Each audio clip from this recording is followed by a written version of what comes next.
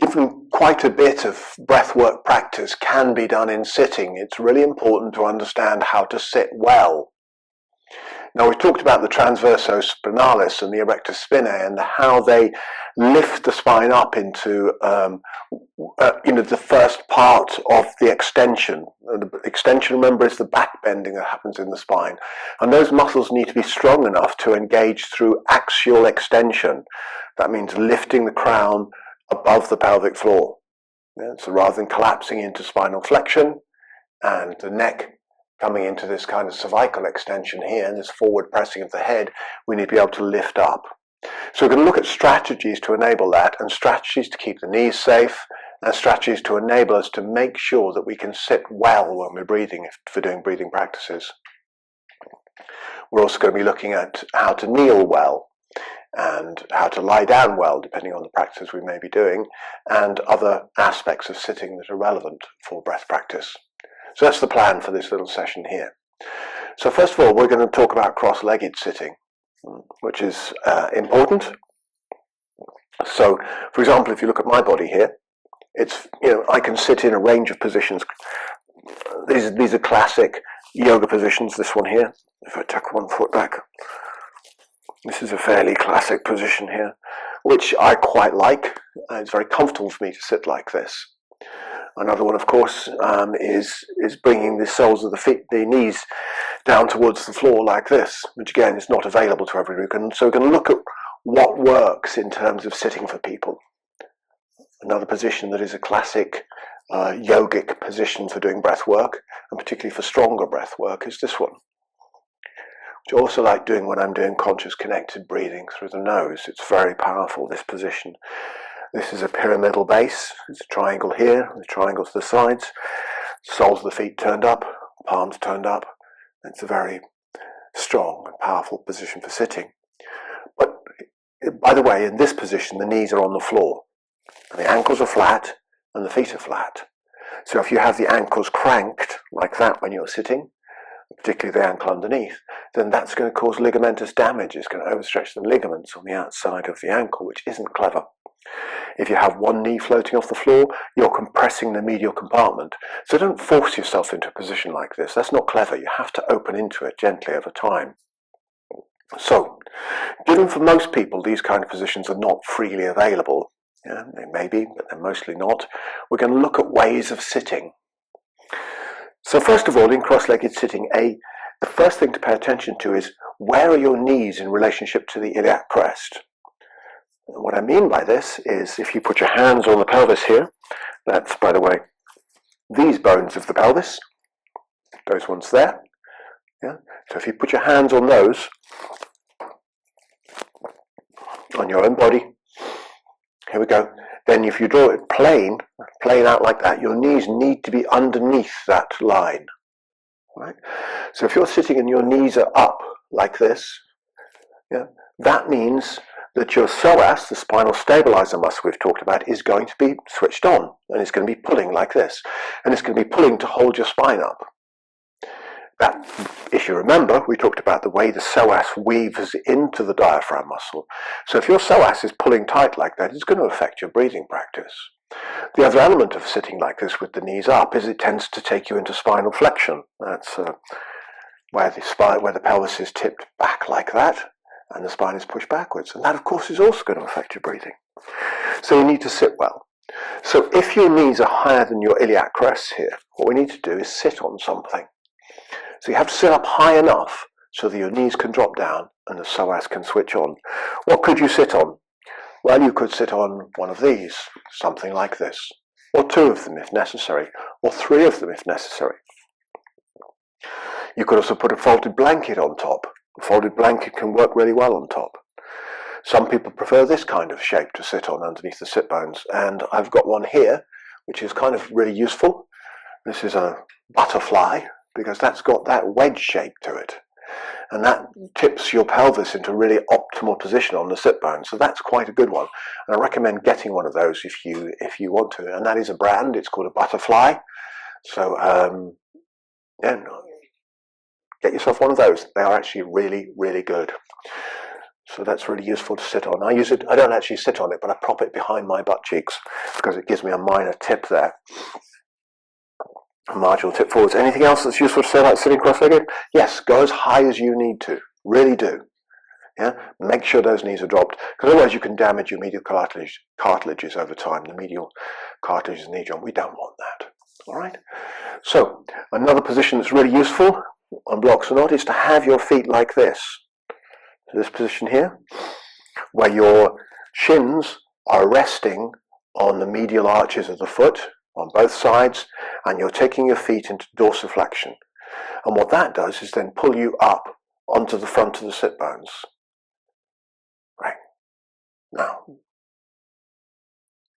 you might notice if you put plantar flex, you go onto the back of the sit bones. That pulls you up onto the front of the sit bones. Great little position to use. The test of any position is it sustainable? Now, traditionally in yoga, the word asana meant sitting position. It actually means seat. That's where we get the English word as from.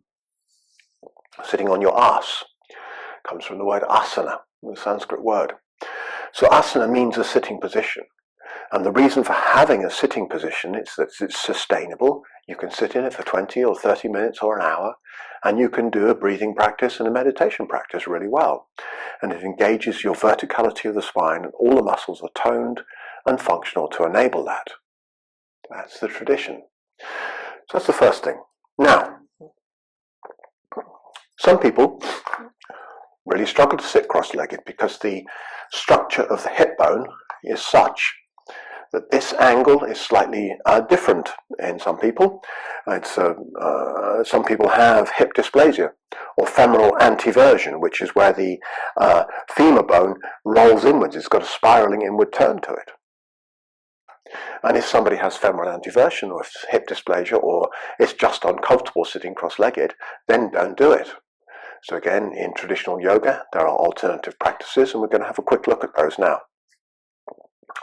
Essentially, they're coming to kneeling. And this is a kneeling position. Again, like I said, this is very beneficial for people who struggle to sit cross-legged. But some people are not very comfortable here. And again, you want to make sure you're super comfortable in the position and you can sustain it. So, what are the risks of kneeling like this? One, you could compress your knee joints too much. You could feel uncomfortable. So only sit as long as it's comfortable. Remember, we talked about the qualities of sensation. Do not go into complex, difficult sensations. If it starts to get uncomfortable, come out. Listen to your body. If you sit really heavily in gravity, you can actually compress the blood vessels and the nerves in the back of the legs and cause problems as well. So I tend to think of kneeling as a slight elevation, so the quads are slightly toned, which lifts you up on the heels slightly. So there's an activity in kneeling. It's not just passive dropping into gravity. There's an engagement in gravity here. So kneeling is quite a useful position. Some people find it easy to sit between the heels, going down to a position called virasana, which brings the knees in slightly and sitting down between the heels like this. It's not my favourite position. It doesn't work well for me. But some people find this really comfortable. And of course, if you're struggling with all of this, then what you can do is use one of these, or two of these, as you need to. And that goes between the legs and lifts you up. And it gives you a base in kneeling, which you can do some really good breathwork from. So that's the kneeling position. I think we've covered that fairly well. Right, so let's have a look now at squatting and chairs. Some of the positions we're going to work with involve squatting. And again, we need to be able to squat well. So if you have complications in your body, if the knees are a bit icky and are not working as well as they might otherwise do, then coming to squatting can be a tricky operation.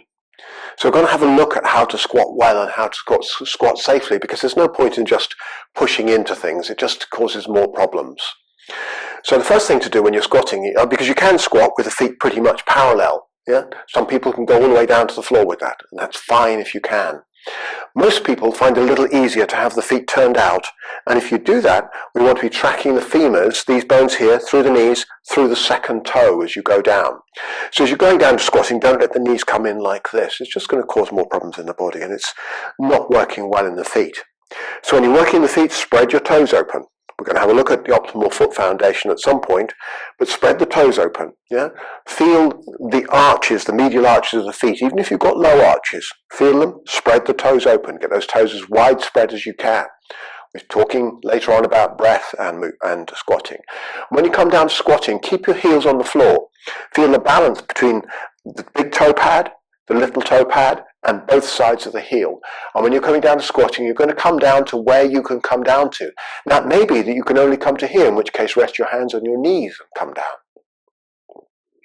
So you can gradually rebuild the sculpt, depending on what's going on in your knees, over time.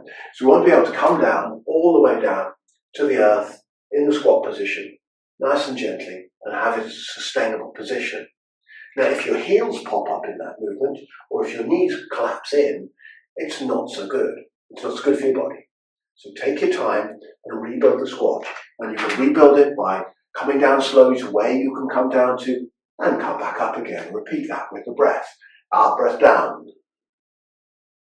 In breath, come up. Out breath down. Just go down with it, wherever it goes to. And in breath, come up, and gradually rebuild your position of being able to come into the squat.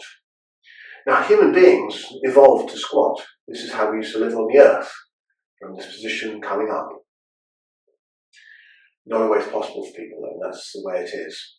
If you're going to be squatting like this and your heels come off the floor, if you want to work from the floor upwards, what you can also do is support with something like this underneath your heels.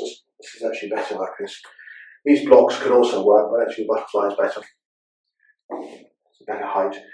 And you can work with something under the heels, which enables you to activate the medial arch of the foot and the toe spaces. And you can be in squatting here like this, supported.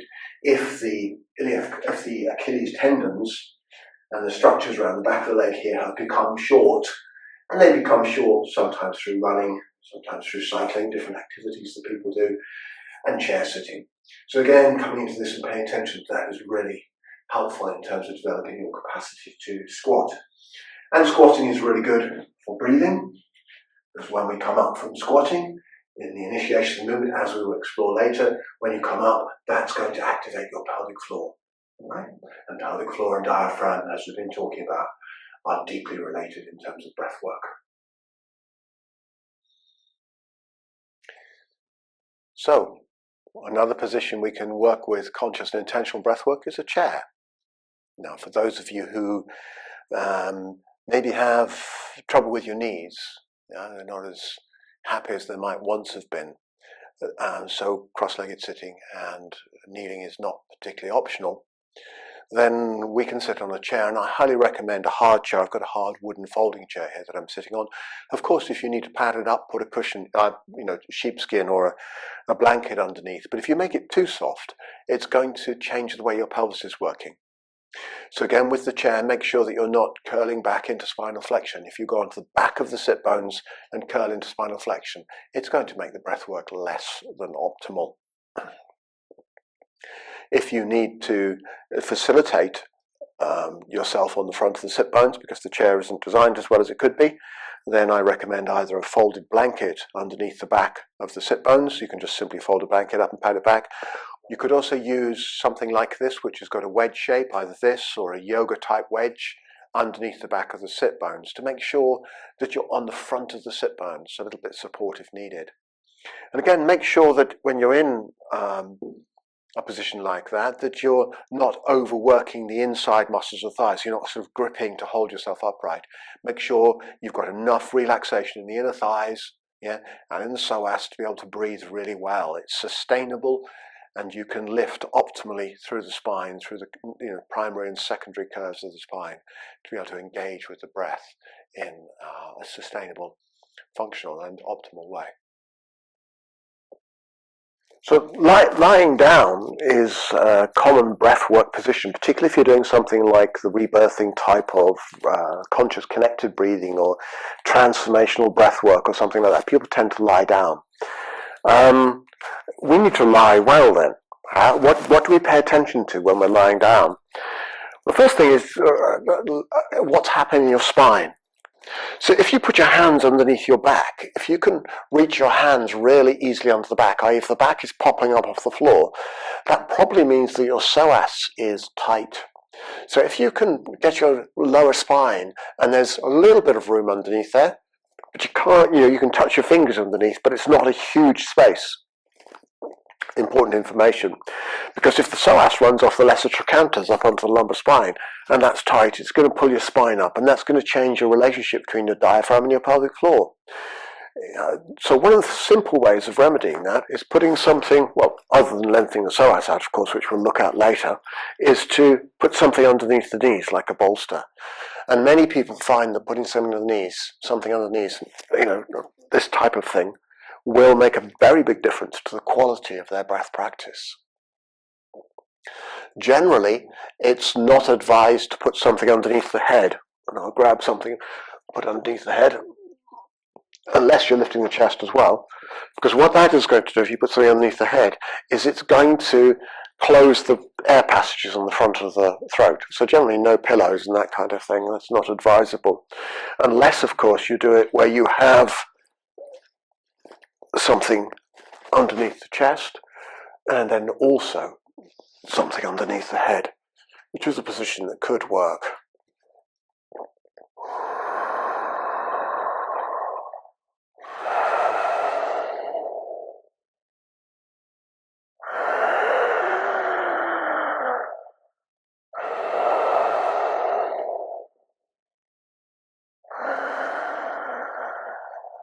Okay, that's lying down. Some of the positions, some of the thoughts to consider when lying down, paying attention to qualities of how we lie down in terms of the neck, the lower back, and psoas function with lying down. That's great. Awesome.